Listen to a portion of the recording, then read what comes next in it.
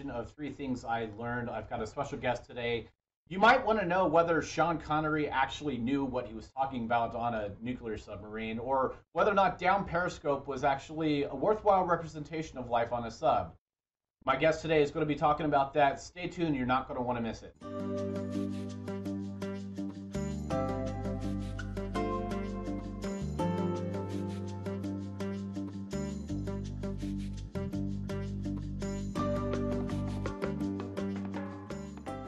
Well, for much of the Cold War, the U.S. Navy ballistic missile submarine was a rare sight on the ocean horizon. They went everywhere, and where they went and when they went was shrouded in secrecy. Still is. Since the 1960s, they've been tasked to cruise undetected through the world's oceans, designed and built for one critical mission. That is to deter the threat of global nuclear war. My guest today is no stranger to the secrecy of life on an Ohio-class submarine, or boomer as it's called. He's a former reactor operator, an entrepreneur, and probably one of my best friends. Ladies and gentlemen, please help me welcome Chris Wessling to the show. Chris, thank you very much for joining us. I'm so happy you were able to come and be a part of the show today. Yeah, this is really exciting. It's a topic I don't talk about very much anymore, so that's pretty kind of fun. Well, I've known you for far too long. First of all, I haven't had a chance to say it face to face, and this is the first time I've seen you since I moved away from California. So congratulations on graduating. You recently graduated from Fuller with your master's, so congrats on that. Yep, we've got to get the swag in there. Give it a little plug for the alma mater.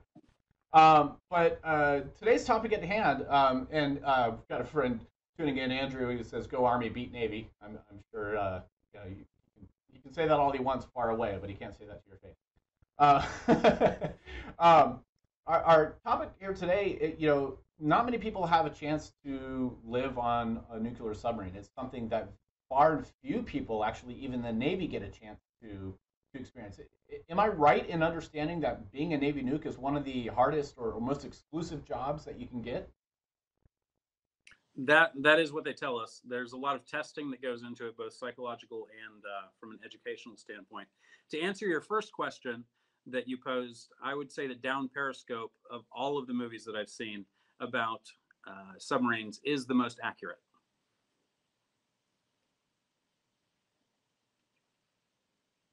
You see a lot of this. Yeah.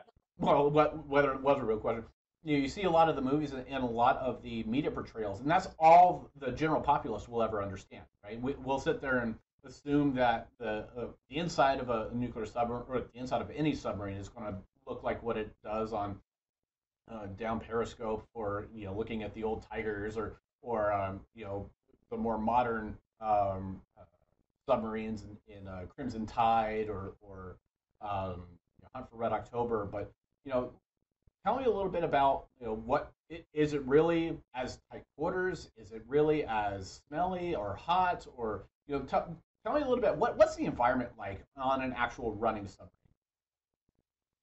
So Crimson Tide took place on an Ohio-class submarine. It was not a good representation of the way the bunk rooms were laid out. The idea that there's this bilge compartment that runs the length of the boat, that would be a horrible design. But it did give a feel for how open the ballistic missile submarine is. It's almost 2 football fields long. Not all of that living space. We have ballast tanks on the end of it. But we could easily throw, not that we ever did, we could easily throw a football, say, around the engine room. There were people that would run around the upper compartment of the reactor, or excuse me, not the reactor compartment, the missile compartment. You'd have to duck and make sure you had your cadence set well, but you could actually run laps around there for real exercise. It is big. The hot racking that you might hear about, where you have 3 people doing two different beds, that doesn't take place on a ballistic missile submarine. There's fairly large, get my gesticulations the right size, there's fairly large bunk rooms where you have 9 racks that are situated in and around the missile tubes. You have the space of, well, everybody gets the space, the living space for themselves to sleep, of a wide coffin, and then kind of a narrow, or a shallow place to put your stuff, and then a drawer that's probably 13 inches wide, about 20 inches deep, 20 inches long, and about 12 inches deep. And that's all the space that you have for your personal belongings.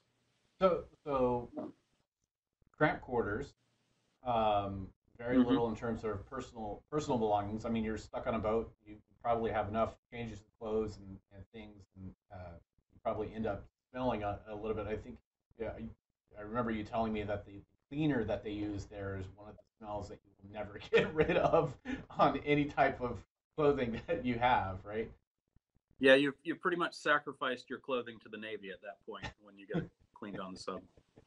How long, is a typical tour when you go out from port on any particular set of missions? How long are you out for? So I did 5 or 6 patrols, and all of them were 10 to 11 weeks long. Um, all but one of those, we made a stop about half to 2/3 of the way through in Hawaii for a few days to do different sort of testing that we would do. But it's I don't know, it's kind of it's a long 10 or 11 weeks. Typically my experience at least, typically the first 2 to 3 weeks you're out at sea, you're so tired from the refit period that you sleep through that portion of it when you're not on watch. So that portion of it goes by pretty quickly. And then of course the last 2 weeks feel much longer than 2 weeks typically feel. Yeah, is it something where when you're there, I mean, are you dedicated to everybody specifically has an area of expertise? You were a reactor operator. I want to assume that you're going to go up to a comms post or a navigation post and vice versa. Nobody's going to trade hands. But is it one thing where you're sitting there most of the time looking at a console and measuring gear or measuring pressure and all the things that you have to do, or are what's the day to day thing? So on the submarine, once again, my experience, it might have shifted. It's an 18-hour day. So you're on watch for 6 hours, you're off going for 6 hours, and then ideally you're in the rack for 6 hours. If you say started on the mid-watch, so midnight to 6 a.m. on a Monday morning, for your off-going, on that Monday morning, you would be casualty assistance team for drills. We're constantly drilling. We're constantly pretending that things are broken so that when things do go bad, we reflexively are able to engage and get things fixed quickly. That afternoon period on the Monday would be training, and then you're back on watch from 1800 or 6 p.m. to midnight. You finally get to sleep that midnight to 6 a.m. The 6 a.m. to noon, you would then be the drill team. So you'd be the ones wearing a red hat, pretending that you're fire, waving sheets and smoke and doing whatever. Yeah, really. And then and we're at Tuesday now. So noon to 6, excuse me, noon to 6 p.m., you would be back on watch. And then 6 p.m. to midnight, you would do maintenance. And then you'd finally get to sleep midnight to 6, or most of that at least. And then you're on watch Wednesday morning for the drills, and then off going Wednesday afternoon. You might have training. You might have, I mean, there's any number of things. But Wednesday could end up being you're up for another 18 hours, and you might get to sleep for a few hours from that midnight to 6 a.m. And then you're back on that rotation again. You're just constantly going through. There's a weekly exercise called Field Day, which as kids, that was really excited on a submarine. That means you're cleaning for 6 hours. Yeah, really. You might get an extra few hours a day on the weekend because you're not going to do training. You're not going to be doing the drilling on the weekend. So, yeah. And then when you get into the we call them ORSAs, Operational Reactor Safeguard Exams, or the TREs, Technical Readiness Exams. A lot of people just stay awake for 3 days and catch a 10, 15-minute nap here or there because it's constant drills, it's constant training, it's constant being checked up on things. With a lot of that constant training and drilling and sleep deprivation, I mean, is there a level of reward that comes from that? Like, are there special pay bumps for being a nuke that you're going to be, dealing with a lot of this more than somebody who might be on a surface vessel? Yeah, I think you go from being paid 7 cents an hour to like 9 cents an hour with that. Um, when I talk about how down periscope best mirrors submarine life, it's that in that sleep deprivation, in that dialing down of the oxygen content to kind of keep people calm, everybody goes crazy a little bit, and you learn how to operate at a suboptimal level. Um, there's a lot of theory that goes behind that. Obviously, when you're in war, it's not like a normal day at the office. So you're being prepared to be able to function at a consistent level during high pressure situations. So tell me a little bit about the preparation. So I understand there's the basic, the learning how to take orders and the learning how to, the physical fitness and readiness and stuff that goes along with it. But there's an amount of testing to get into your MLS or A school that you went into, right? So tell me a little bit about what kind of like training do you go through once you test into becoming a nuke, like to then qualify or attempt to qualify to be assigned a boat? So, excuse me. So to even attest in to be a nuke, there's the ASVAB. I don't think the ASVAB score has as much of an effect on whether or not you can become a nuke, but it certainly gets the recruiters to target you for those jobs. You take a nuke test at MEPS, I guess is what they call the station. You go in, you do a basic physical, they check you out, make sure you're not covered with moles or something. Then you take a physics, chemistry, engineering, sort of a thought process test.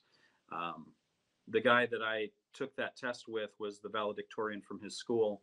They were fawning over him because he had these amazing grades. I had horrible grades in high school, and they were fighting whether or not I could even take the test. And my recruiter convinced them that they should let me take the test, and I could hear them through the quote unquote soundproof walls that just let him take the test, he's going to fail it. Well, when we finished the test, they came in and they started talking to the valedictorian about the options as a sonar tech, and then they invited me into the nuclear program to go talk about that. So that's and if I remember correctly, you going in originally started school as a theater major, right? So you went right. from So being... I graduated high school. I graduated high school, no discipline. I just figured that if it was something that I loved, I would put in the work. And I got to college, and I did two things wrong. First, I just didn't understand myself at that point, and I put all of my classes in the morning, which anyone that knows me now knows just leave me alone before 10 or 11. So I set myself up for failure there. And then when I got into the musical theater the theater classes, the music classes, I now had to work at something that I always loved, and I discovered that I didn't automatically have, the drive, the motivation to do it. And the way I say it is, before the Navy became my last choice, I took it.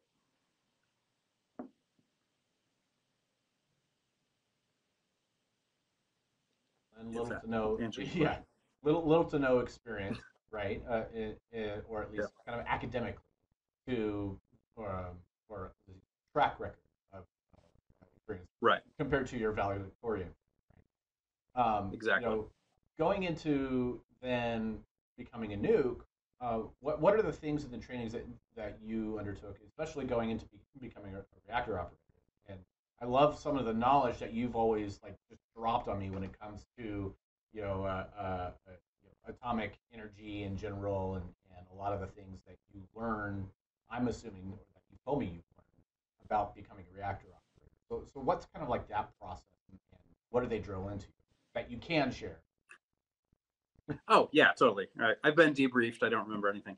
No, that thing, that dropping of information to quell any sort of argument, that is totally what is a nukeism. We're trained pretty early to just dump information to make sure that we can bypass any sort of argument. Probably one of the first things that I learned in A school, and we started with 17 people, And the A school is just the electronics technical school. We started with 17 people, and by week 7 we were down to 5. So we got rid of 12 of those people. One of them tried to kill himself. We had a number of people that act out, meaning that they couldn't keep up with the academics. And then there's a number of other people that just behaviorally spun out because of the pressure. At that point, we were going to class from about 8 o'clock in the morning to 5 o'clock in the afternoon. You get an hour or so break, and then you had to go back in. And most people were on a mandatory study program that required an additional 5 hours in a room, in a desk, completely quiet, with somebody sitting in the corner monitoring whether or not you're actually working.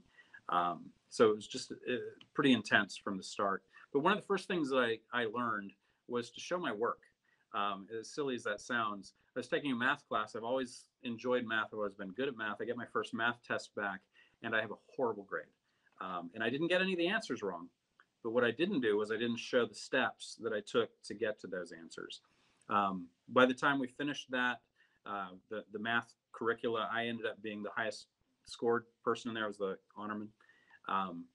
But the real difference, and the thing that affected me, was rather than going A plus B times blah, blah, blah, blah equals 7, I started showing my work, because in the nuclear world, and nuclear Navy especially, where we're operating nuclear reactors in San Diego Bay and San Francisco Bay, and doing all these places that, the people that would picket nuclear power don't even notice that half a dozen nuclear reactors just passed by a few hundred yards away from them. There is no room for, I got this math problem wrong because I didn't show my work. So it took me from a place where I did a lot of jumping to breaking down into multiple steps and making sure that I was right at each one of those steps, or at least that I had taken in consideration what was going on at each one of those steps. Well, I know you've got some bombs yourself, or knowledge to drop in terms of the 3 things that you've learned. Actually, I've got one question here coming from Andrew. Does anyone have to wear protective clothing on a nuke sub that makes sure that it won't turn into an X-ray man? Is everybody wearing their legs? No, not at all. You're not in the reactor compartment while you're operating, and when you do go in, of course, depending on where you're going, you might wear something so you don't get contamination on you. The first rule of fluid systems is that they leak. But we wore these things called TLDs, thermoluminescent dosimeters, and I got less radiation working 5 yards, 10 yards, somewhere between there, away from an operating nuclear reactor than you would get going to the beach, or definitely less than somebody would get. I would, in 3 months, I would get less than somebody that took a transcontinental flight. So the radiation was, the design of the submarines, at least our submarines, designed for very low exposure. Yeah. All right, so I've got a couple of questions that I want to get to. Okay. The first one that I have is an SOS worth running away from the mess hall? You want a short story or a long story on that one? Yes, or do you want you tell me. So we had just come in from, it was during the refit period, which is a period of time for about a month and a half, where you have a 24-hour day where you're up, followed by an 8-hour day, followed by a 14-hour day, then you go to the 24-hour day. Right. It was a Sunday afternoon and Sunday evening. And Sunday evenings, we usually had a better meal.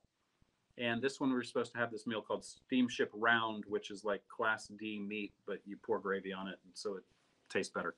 But I hear over the announcement system, engineering duty officer lay topside, engineering officer or duty officer lay topside, and I can hear the sirens of a what are those ambulance things? Oh, ambulance. And then when I finally got off watch, we went up, and it was a big pan of beanies and weenies. It was. Okay. So I asked what had happened. Well, they had done the Steamship Round, and the MS-1, the first class, the head of the mess specialists that were on duty, went up. He gets the first taste. He went back, got another plate. And in the process of him eating that second plate of meat, they had taken the trays that the meat was prepared on, put them into the scullery, and they'd started, spraying them down with water to get them to, get cleaned. And as soon as they hit it with water, suds started coming up off of the tray. What was determined was that the gravy and the cleaning detergent were in the same white opaque gallon jugs. And instead of grabbing gravy, they grabbed dish detergent and cooked the meat in the dish detergent.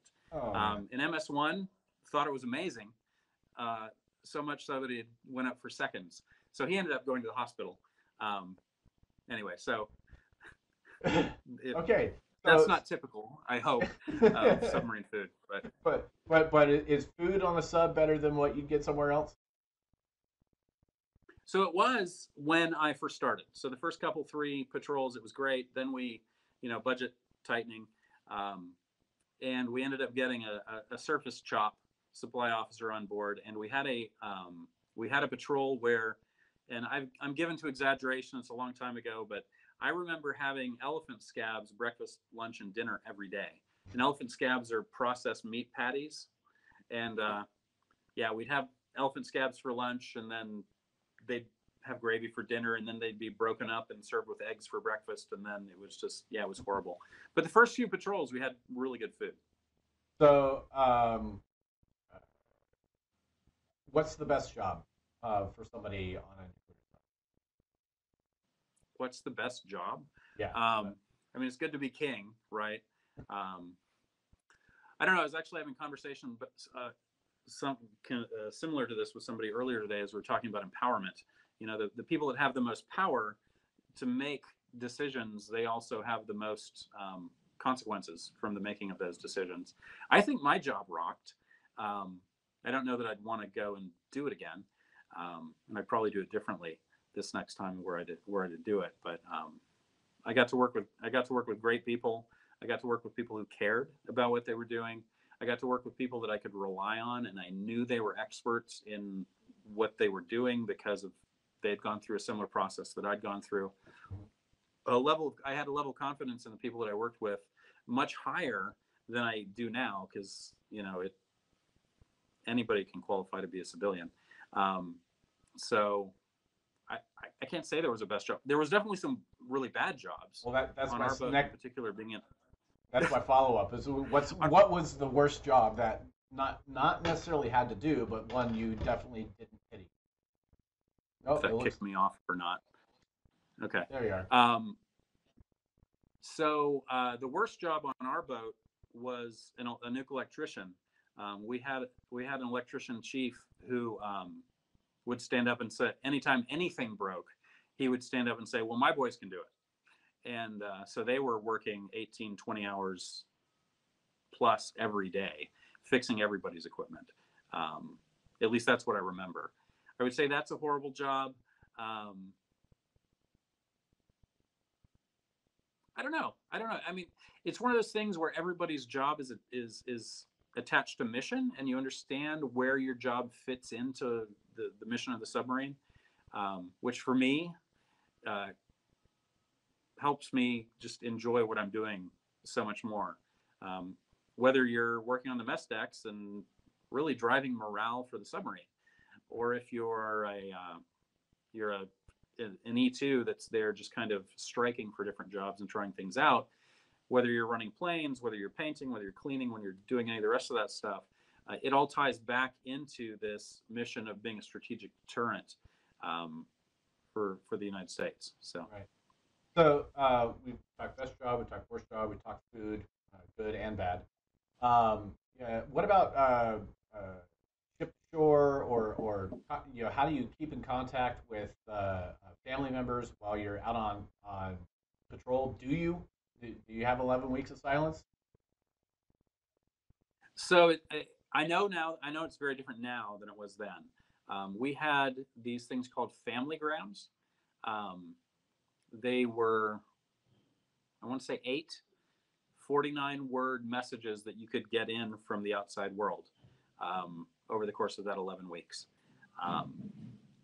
Those familygrams got read by probably 6 people by the time they got there. So if there was anything even remotely could be considered as bad news. You never got them.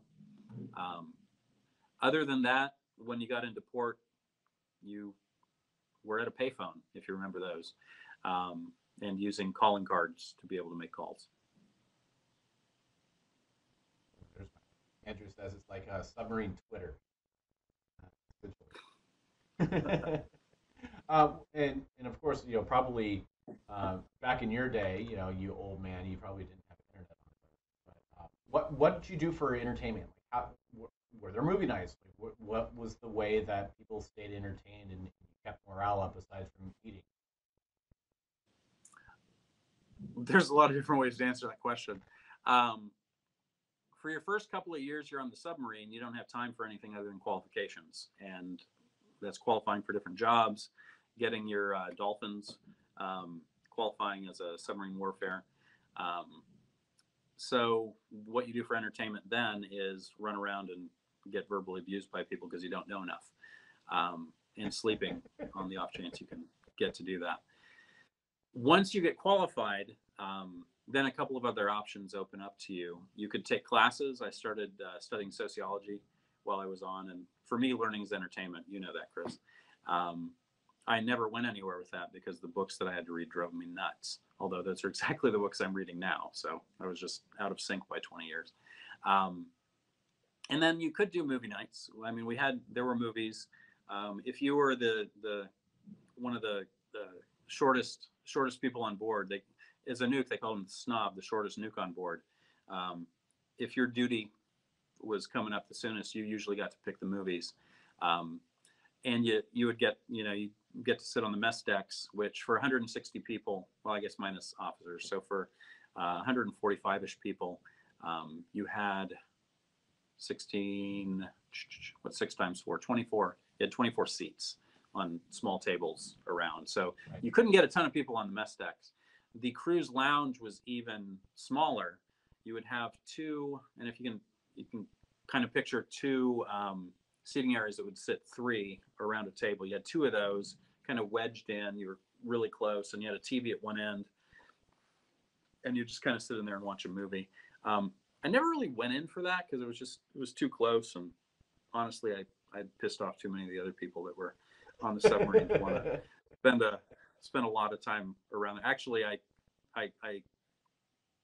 feel I started hate week a lot of times, which is a week about halfway through the patrol when everybody's just done with everybody. So, well, thanks for some of those insights. It's again, my frame of reference, having never served, and I often say my greatest regret is having never served on the boat. First of all, thank you for serving in the military, but providing some insights, because the only frame of reference that I ever have as a civilian is what media, good or bad. mm-hmm. So thank you for that. Now let's shift gears a little bit. Let's let you drop some bombs on us. So and talk about the 3 things that you've learned from working on boat. What was the first thing that you have? I think I already shared that one. Just showing my work, having a system that I use to go through and do things, making sure that I've thought through that system before I engage. I have a tendency towards action, and I fail in moving too quickly and changing directions too quickly all too often. But what that really built into me was the just really failing a math test, which was for me just ridiculous. Because I wasn't systematically approaching what I was doing. It's something that I'm struggling with Asher right now. My son, he can get to the answer of a math problem 80-90% of the times just by looking at it and giving the answer. But understanding that being right most of the time, and I guess there's a few different aspects of this, but being right most of the time is not nearly as valuable as taking the time, making sure I do everything that I need to do, and being right 100% of the time, or at least as close to that as I could. So the first of this, show my work. The second one, and as you and I were talking earlier, there's a number of ways to answer this, and this is not about being cynical. So I think the second thing I learned, They gave me a conceptual grid that I could use to, even outside of a simple math problem, a conceptual grid that I could use to figure anything out. Really, they taught me how to learn, how to figure out what the really important things were. I think when we were talking earlier, what are the right questions to ask at the outset, and even as you're going through and doing things. Walking up to a situation and rather than looking around the table and going, gosh, all these tables all these chairs are out of position and they look messy, but really to walk up and go, okay, why are the chairs there? What's the purpose of this room? What was being done in here? And that's a really super simplified way to do it. But rather than jumping in, and this almost goes contrary to what I said earlier, where nukes are taught to dump information. Right. To get rid of that, to circumvent or overwhelm any sort of argument. The ability to dump the information that will circumvent or overwhelm that argument is based on coming in and doing this rapid assessment where you're asking, okay, why, what's this person care about? What is the core of this argument? What research did I do before I even came here? So that I can go in and do that. And then that kind of flows into the third thing. And just parenthetically, as I'm thinking about these three things that I really learned, I've been doing training in a technical and now in a sales, or soft skill setting for decades now. So the ability to learn, the ability to ask questions, and the ability to, approach things from a systematic, show my work has been key in me being successful. So that certainly, set some context for where I came up with these three things. And the third one is the ability to look at things really close, and the ability to step back and see the big picture, and to almost do that at the same time.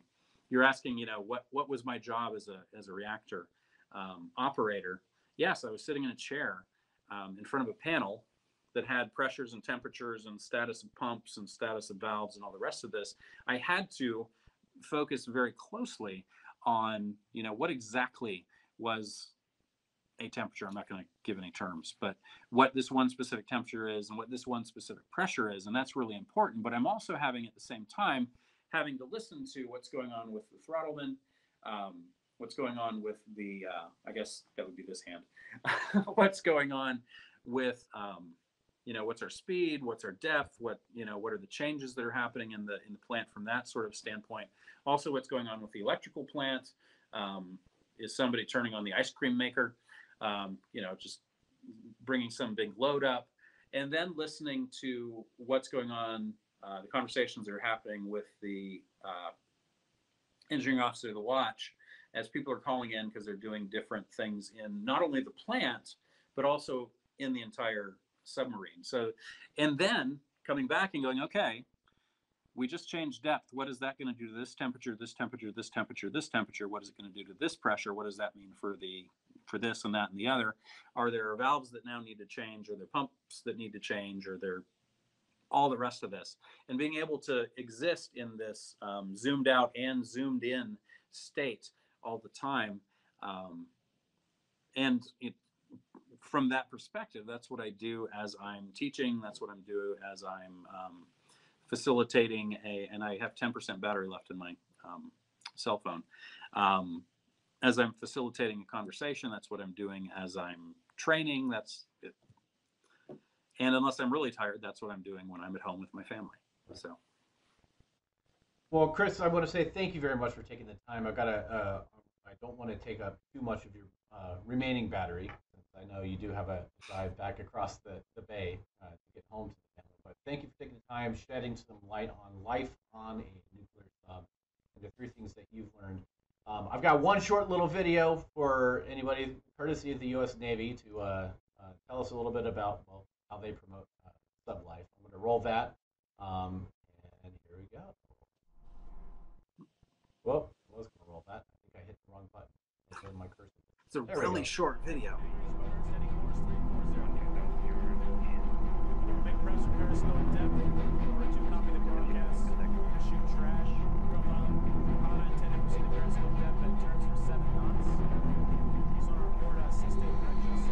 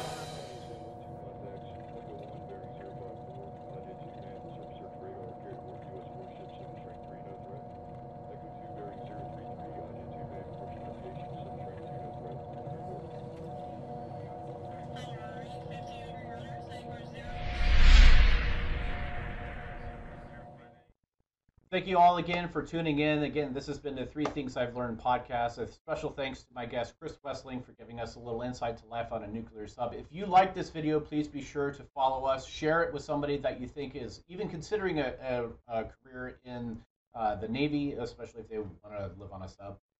In the meantime, thank you so much. Share this if you like it. Give us a hashtag sublife. That's right, sublife, not thug life, but sublife. And we will see you all next time.